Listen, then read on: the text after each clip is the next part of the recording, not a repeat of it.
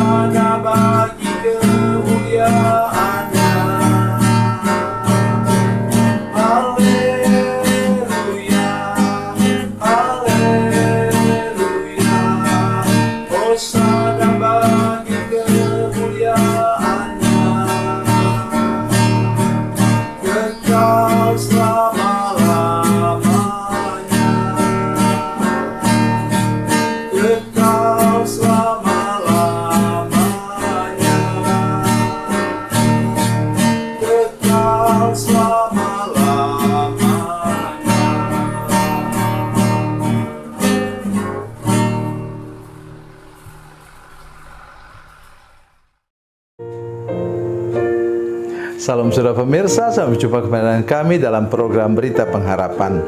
Saudara pemirsa, hari ini saya ingin menyampaikan sesuatu, saudara ingat istilahnya, tentang providensia Allah.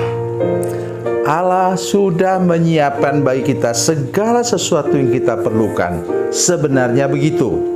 Tetapi kadang-kadang kita bertemu dengan halangan-halangan yang namanya apa? Dosa dan kuasa kegelapan. Dosa itu dari kita sendiri, kuasa kegelapan itu intervensi dari iblis ke dalam hidup kita. Mari kita berdoa sebelum kita lebih jauh mendengarkan firman Tuhan ini. Bapa, dalam nama Yesus, terima kasih Tuhan untuk kebenaran firman Tuhan yang akan kami dengar sebentar. Beri kami pikiran yang jernih, hati yang terbuka untuk kami menerima kebenaran firman Tuhan ini. Terima kasih Bapa di surga. Dalam nama Yesus kami berdoa. Haleluya. Amin. Saudara pemirsa, mari kita membaca Alkitab kita dari Perjanjian Baru, Injil Yohanes pasal 21. Injil Yohanes pasal 21 ayat yang ke-9. Yohanes 21, Injil Yohanes 21 ayat 9, demikian bunyi firman Tuhan. Ketika mereka tiba di darat, mereka melihat api arang dan di atasnya ikan dan roti. Amin. Setiap kali saya membaca firman Tuhan ini, saya tersenyum. Kenapa?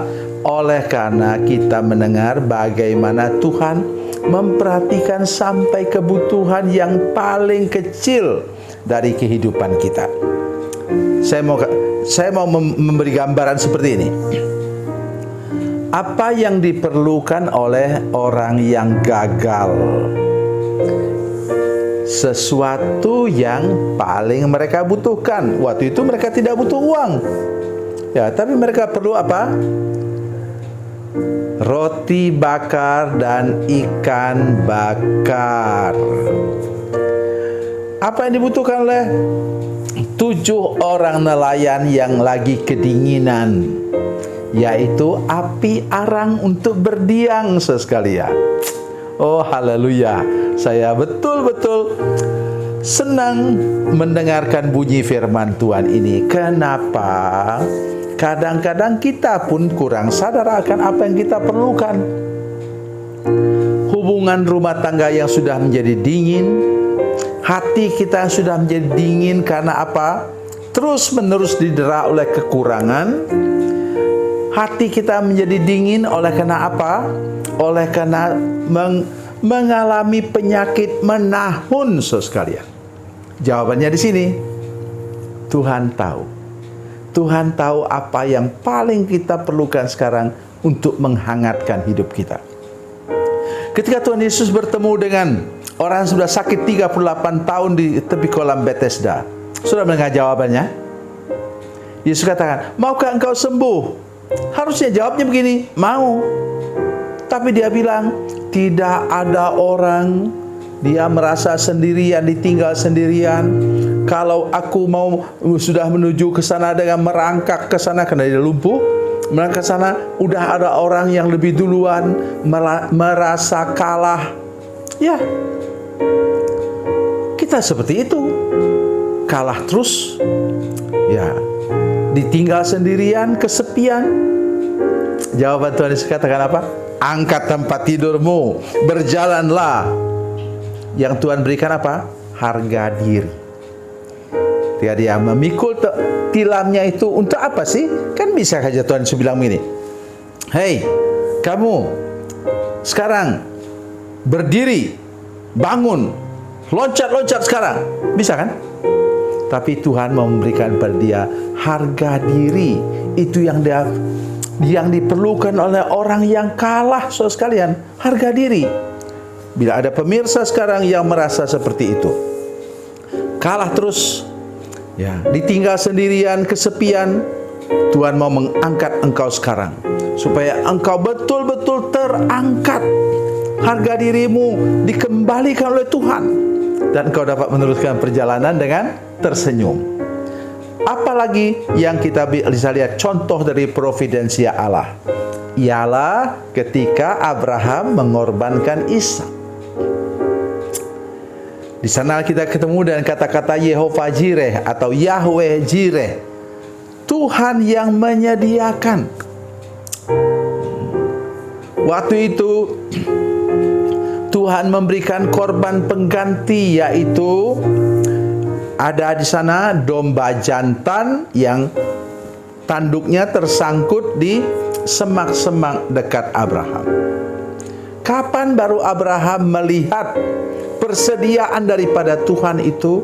Ketika dia bertindak menunjukkan dirinya lebih mengasihi Tuhan, lebih mengasihi Tuhan daripada mengasihi anak kandung darah dagingnya sendiri. Sudah bisa bayangkan semak-semak di Timur Tengah saudara sekalian, bukan kayak di hutan Kalimantan atau di Papua sana. Ya. Dan kemudian dari tadi sudah di situ. Dan apakah domba jantan itu bisu? Tidak mungkin, saudara sekalian. Jadi memang sudah ada di sana. Tuhan tutup mulutnya sampai kepada Abraham membuktikan diri mengasihi Tuhan lebih daripada mengasihi darah dagingnya sendiri. Sebenarnya berkat Tuhan, mujizat Tuhan sudah Tuhan siapkan di sekitar kita, saudara sekalian.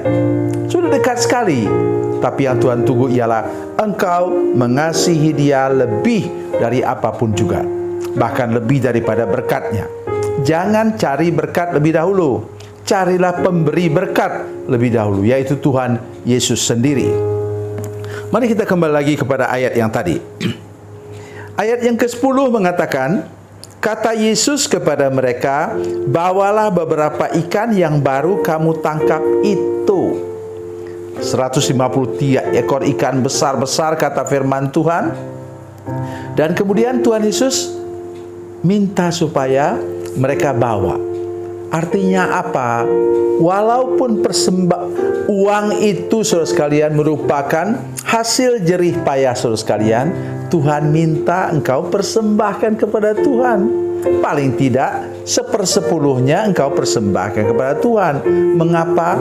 Tuhan Yesus menghargai hasil jerih payahmu. Tadi ikan itu datang dari mana? Datang dari mujizat Yesus kan? Yesus berhak dengan ikan-ikan itu, dan dia sudah siapkan ikan yang lain. Tetapi ia menghargai apa? Hasil jerih payahmu. Oleh sebab itu, mulai sekarang rajinlah memberikan persembahan kepada Tuhan. Jangan pernah lupa memberikan sesuatu kepada Tuhan. Karena engkau sudah terima daripada Tuhan, sekarang kembalikan kepada Tuhan. Tuhan Yesus memberkati, Tuhan Yesus baik. Mari kita berdoa. Bapa, dalam nama Yesus, terima kasih banyak untuk firman Tuhan hari ini. Kami percaya Tuhan menyiapkan segala sesuatu untuk kami, dan Tuhan menunggu kami sampai kami mengasihi Engkau sungguh-sungguh, menomorsatukan Tuhan. Kemudian Tuhan akan singkapkan mata kami melihat segala persediaan providensia Allah. Terima kasih Tuhan. Dalam nama Yesus kami berdoa. Haleluya. Amin.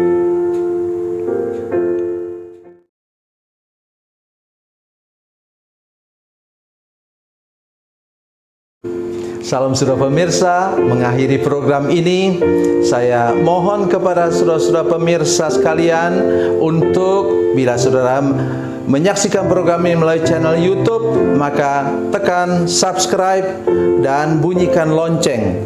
Dan bila saudara menyaksikan program ini melalui channel Facebook, tolong saudara-saudara sekalian tekan like dan juga komen. Dan demikian pula bila sudah menyaksikan program Makanan Bergizi hari ini yang tertulis, maka tekan yang sama juga, tekan like dan tekan komen.